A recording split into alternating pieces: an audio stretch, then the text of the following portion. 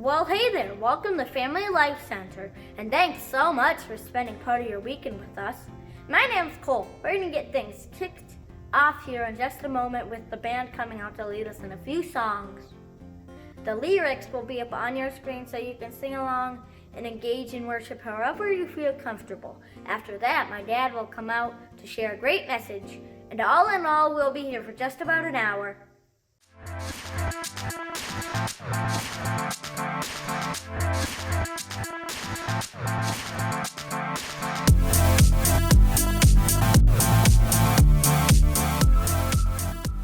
If you have kids with you, we want to let you know that we got fantastic kids services available down in the description. This is a great opportunity for you to learn with your kids and engage in some great conversations and carry the lesson throughout the week. Governor Evers has issued a stay-at-home order, which means that we will continue not having services until that order lifts. This is an evolving situation that is unprecedented. We will try our best to keep up the great communication with our church family. We will be back online this Friday for a special Good Friday service at 4 p.m. This service will be 30 minutes and will include worship, a devotional, and communion. So pick up some bread and grape juice and join us online for Good Friday. Easter is next Sunday. We will not be meeting at the church, so we are asking you not to invite anyone to the church building. Oops, I read that wrong. We are asking you to invite your friend to our online church. My dad has a special message for Easter called Divine Intervention. See you there!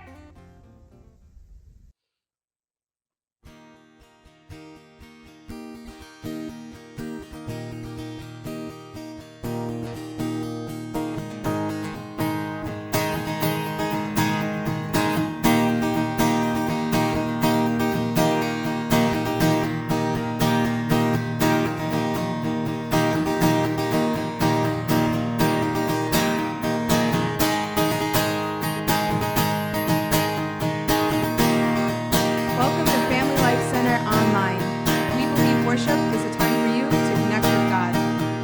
Even when you're at home, you can worship. Raise your hands, lift your voice. Stand or sit. Just create an altar in your living room. We invite you to put aside any distractions and find your place to worship God.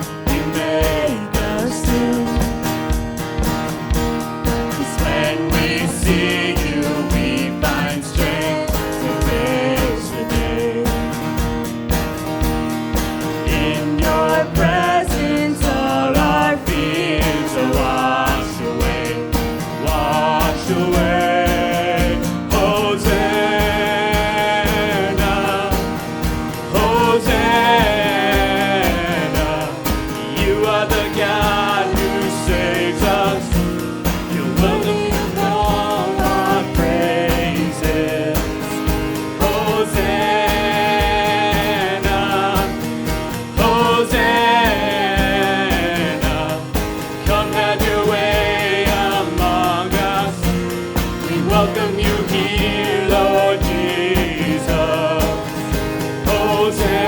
Hosanna, Hosanna. You are the God who saves us. You're worthy of all our praises. Hosanna, Hosanna. Come have your way among us. We welcome you here, Lord Jesus. Hosanna, Hosanna.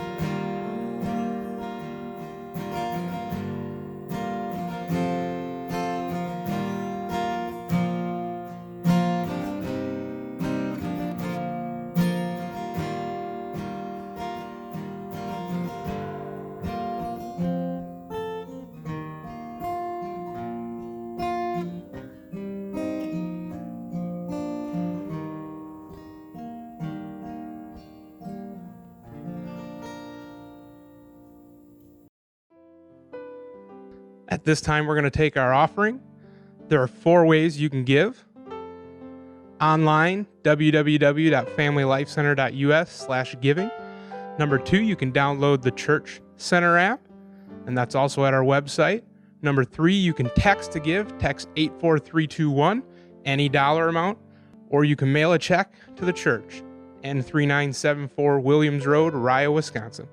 We trust you to trust God with your finances.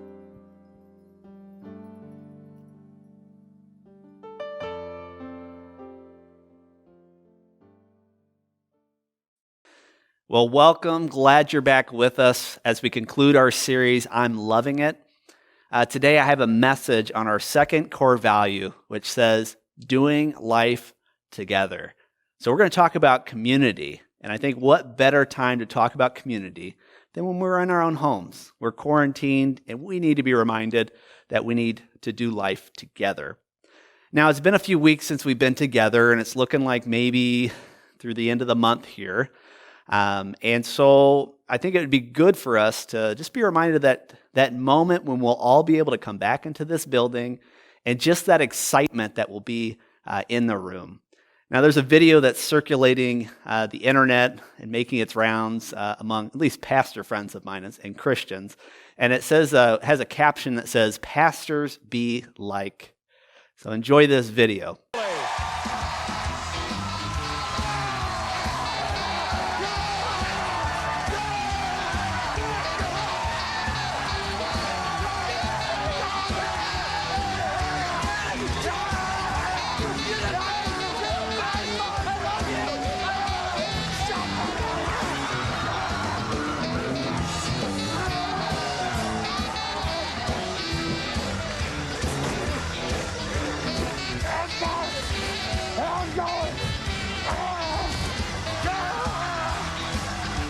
Well, I hope you got a kick out of that. Oh, that made my day, seeing Chris Farley just doing what we're all just ready to do, and just shake somebody and even throwing somebody into the trash can. I thought that was pretty funny.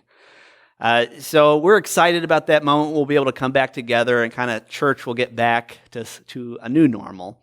But in the meantime, I want to talk to you today about doing life together, and this core value that we have, that you can't do life alone.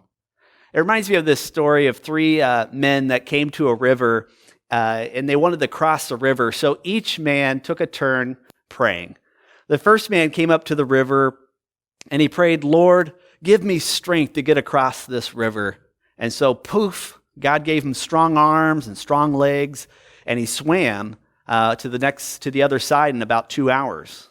Well, the next guy came up, and he had seen the first man, and so he prayed, "Lord, give me the strength and the tools to get to the other side of this river." And so, poof, God sent him a boat, and in just about an hour, he made it to the other side. Well, the third guy came, and he prayed, "Lord, give me the strength and the tools and the intelligence to get across this river." And poof, God turned him into a woman. And she pulled out the map and saw that there was a bridge 5 minutes down the road. And so she went across the bridge and made it in about 30 minutes. It's easy to think that we can do life alone, but we won't reach our full potential without the help of the local church to strengthen you, to support you, so that you can fulfill your purpose in this life. You can't do life alone. Geese understand this principle of doing life together. They will fly in a V formation instead of opting to fly alone.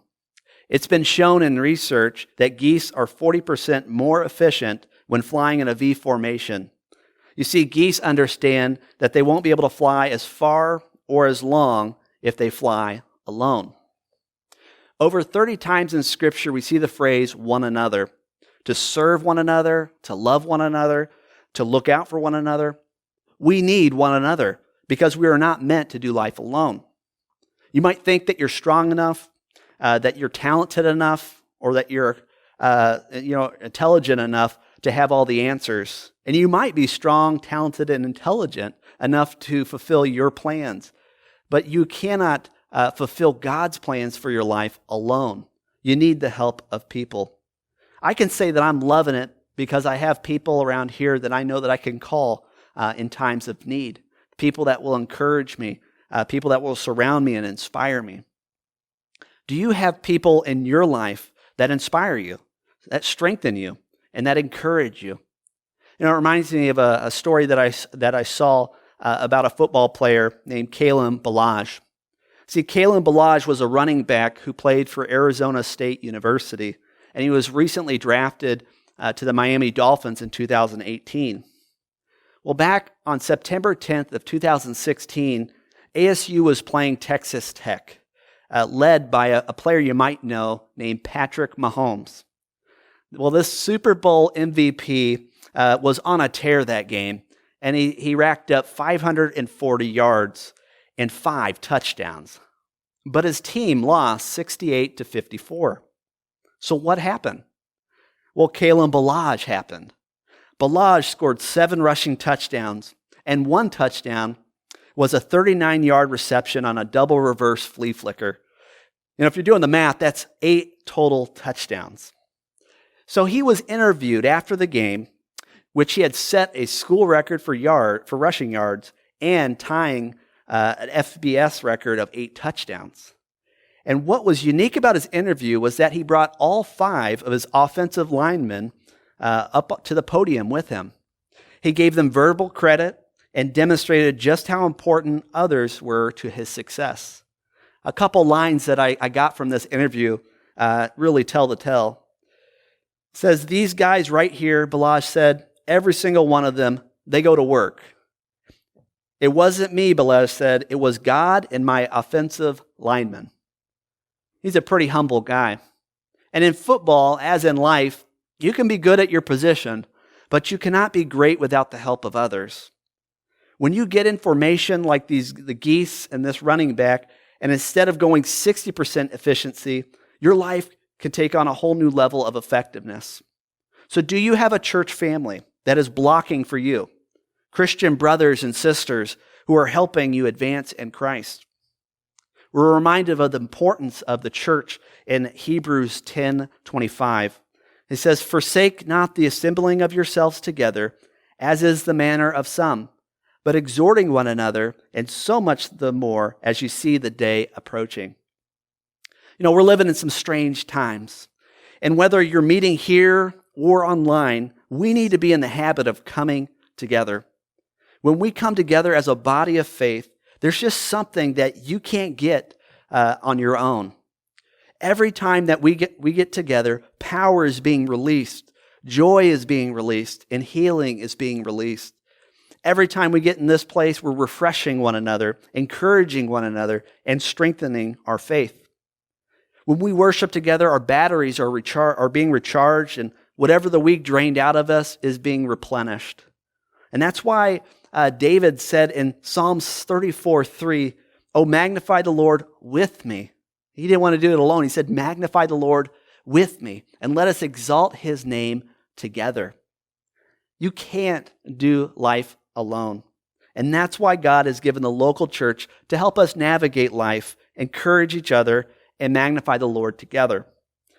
You can say that the local church is the secret sauce to the big church. Do you know what are the ingredients are for the McDonald's Big Mac?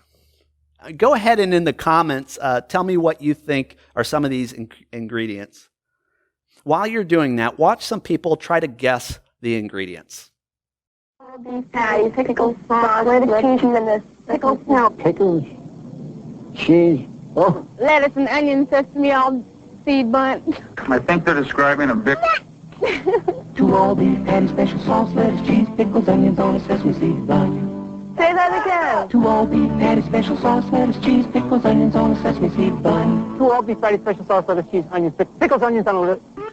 McDonald's Big Mac, the big sandwich with the great big taste that everybody's talking about. Sesame seed bun, and we forgot the onions. Yes, it did. Yes, it did say onion. Are you sure? It said onion. All right.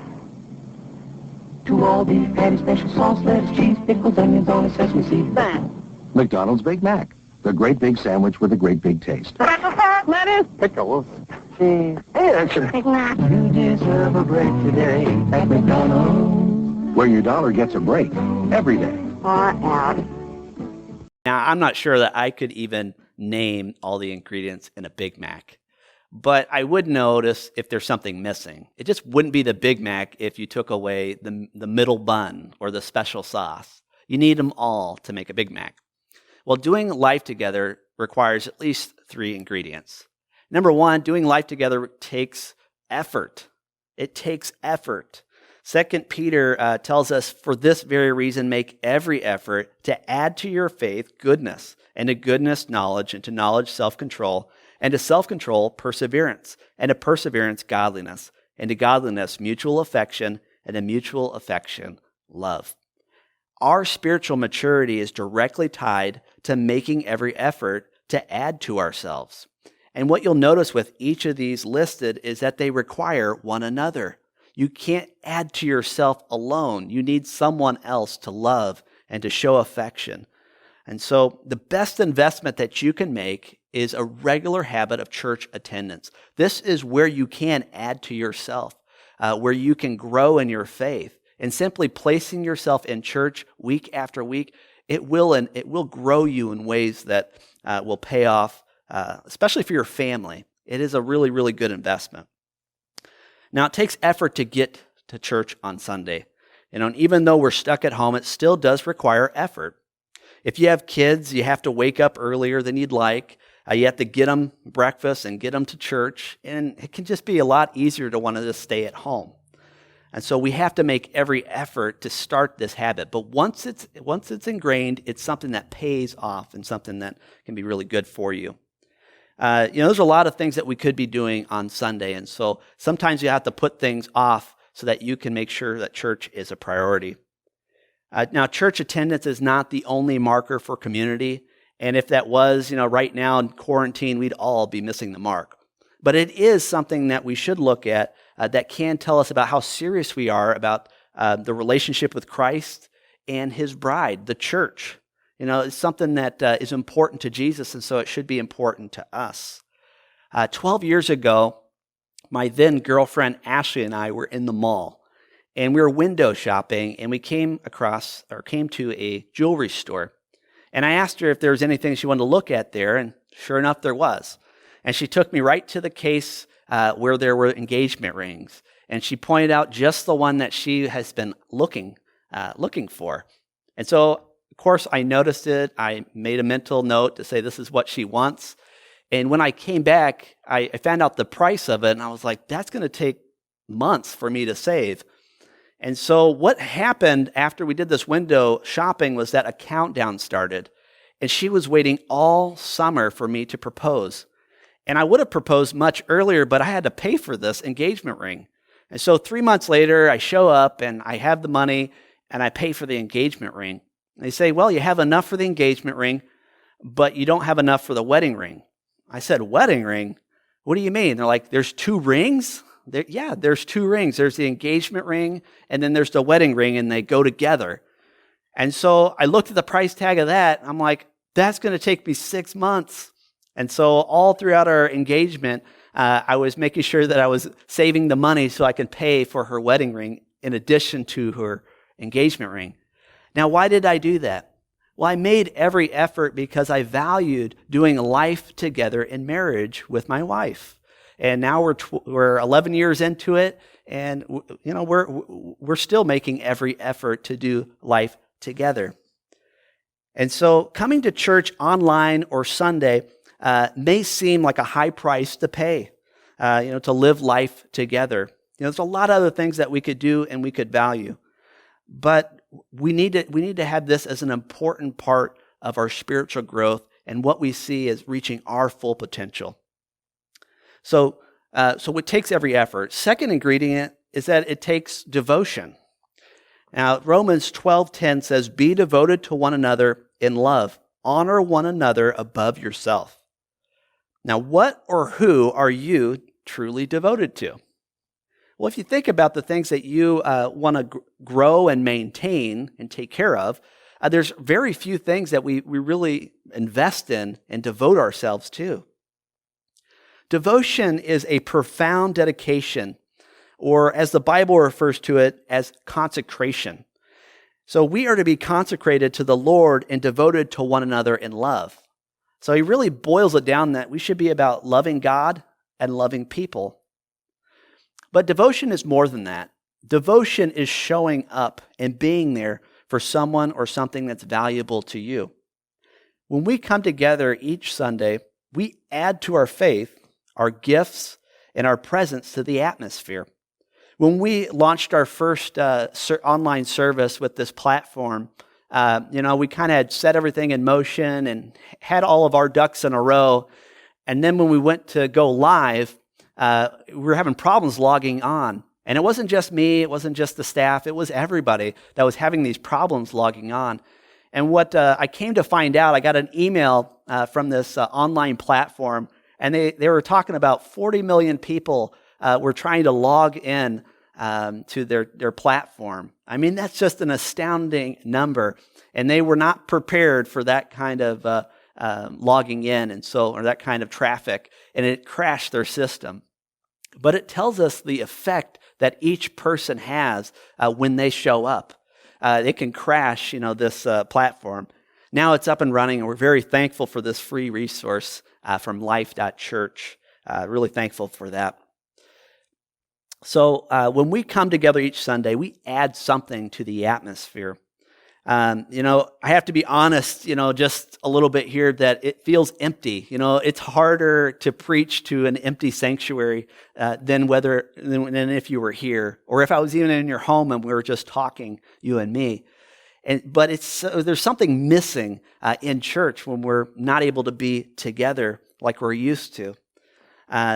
It's like eating a Big Mac, without the cheese. There's just something missing. And I guess what I'm trying to say is, that I miss church. I miss being together and living life together. To do life together requires making every effort, and it requires devotion, both to God and to one another. But lastly, it requires connection. Ecclesiastes 3:11 and 12 show us this principle. It says, if two lie down together, they will keep warm. But how can one keep warm alone? And if one can overpower him who is alone, two can resist him. A cord of 3 strands is not quickly torn apart. So there's strength in being together. It reminds me of a report that I read a while back about penguins and how they keep warm in these cold temperatures in Antarctica. They get sometimes the -40 below. And so what these penguins will do is they'll huddle together to keep warm. And they estimate that in these huddles, the temperatures get to about 70 degrees. That's a pretty comfortable temperature to live in. It also affords them, an ability to be able to leave those huddles and to go search for food and, for periods of time. But they come back to these huddles to warm up. And I'm sure there's a penguin or two that probably say, I can do life alone. I don't need the huddle. I don't need the group. And, they go out and they probably make an early entrance into penguin heaven. It's the same way with us. There's so many distractions that take us away from things of God and can bring a coldness to our walk. We need to connect with others and make time to huddle together for warmth, strength, encouragement from one another. We need the connection that's offered here in the local church for our time of need. The founder of McDonald's was once asked, about his success in the hamburger business. And he replied, we're not in the hamburger business. We're in the real estate business.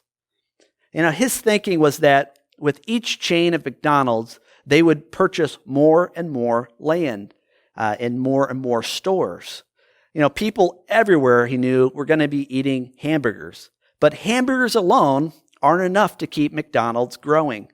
Their vision is larger than hamburgers. It's about gaining more and more real estate around the world. They don't advertise that, but it's something that you can notice by their purchasing and their expanding, that they have a larger vision than just hamburgers. So what business is the church in? Well, think about it. What business is the church in? Well, it's in the life business. We're Family Life Center. It's about life. It's seeing lives changed by Jesus Christ. You know, when Jesus takes up residence in your life, it's like he sets up a store in your world and other people that are around you and everybody that contacts you. You know, but instead of an M logo, you have a cross logo where when people look at you, they see Jesus. You know, the cross symbol is the most recognized symbol in all the world. You know, the McDonald's logo really can't compare or compete with Jesus and what the cross represents. We have more Christians now than ever before, and there's more and more lost people that need life. We cannot reach them alone. You know, just us doing our individual parts. Church, we need to do life together. We need to make every effort to devote ourselves to one another and get connected so that we can reach more and more lost people with the message of life. Redwoods are some of the largest trees in the world. Some grow 300 feet tall. You would think that a tree of this height would have deep roots. But what's interesting about redwoods is that their roots only go down about 5 or 6 feet. So how can some trees grow 350 feet tall and have such shallow roots? Well, the beauty of this is seen in how their rooting system intertwines some 100 feet out to other redwoods around them. You see, they grow tall by being connected with one another. That's a beautiful image of the church and what it means to do life together. When the wind blows against a redwood, it not only relies on its own roots to hold it firm, but also the other redwoods around it. So when one tree feels the violent winds against it, the entire forest holds it up. This strength and connection is how the redwoods survive hundreds of years. When you plant yourself in the local church of the house of the Lord, you don't face the winds of life alone. You have access to the strength of the entire church body that helps to sustain you. Your roots connect with my roots, and my roots connect with another roots. The storms of life cannot take us down. We become an unstoppable church through the unity of our interconnected lives. Now, the wind of life may be surrounding you today. You may be here this morning, and you are struggling with your finances, or struggling with your marriage, or struggling to catch a break in life. But look around, because there are redwoods who can offer support to you, strength to carry on, and encouragement to face the future. You don't have to go it alone, but so you have to get connected. There is a benefit to doing life together. When we go through life and when we face hard times, we can rely on the support of one another. Our church, we value doing life together, and so we've made available a resource called Right Now Media. And this is something that has like a Netflix for Christian small group resources, as well as individual resources that will help you to add to your faith. And so I want to make sure, as part of our application, that number one, you start now. We have a link right here that you can get your account set up. It's completely free for you, and something that as you can just log into and use as much as you want. And so first, start now and get a Right Now Media account. The second application is to show up. Now, we're doing church online, and so it would be easy for us to get out of the habit because we're doing something new or we're having to make adjustments. But I want to challenge you to make sure that you're showing up, that you're devoting yourself to the local church and to your relationship with God and one another. So that means making sure that you're logging in and getting involved in our online church service, especially during the next few weeks. Number 3, I want you to connect with 2 to 3 people. Now, right now, you're not going to go and meet together necessarily, but there are places like Zoom that you can meet online. You can do video conference, or you could do like a phone call with a couple friends. But I want you to think about 2 or 3 people around you that you could go through one of these small group with over the next few weeks. This is something that we call life groups here. And it's something that we were hoping to get started after Easter, but I think we need to go now. I think we need to, more than ever, not do life alone, but get connected with other people. And so I encourage you to start now. Get on Right Now Media. Make sure you got an account. And number 2, make sure that you're showing up to our online services And number 3, connect with 2 or 3 people. Hey, thanks so much for being here with us today. Make sure to stay connected with us throughout the week online, on Facebook, or on our webpage, familylifecenter.us. If you have a prayer request and made a commitment today, let us know at info@familylifecenter.us. Thanks again for being with us. Have a great weekend.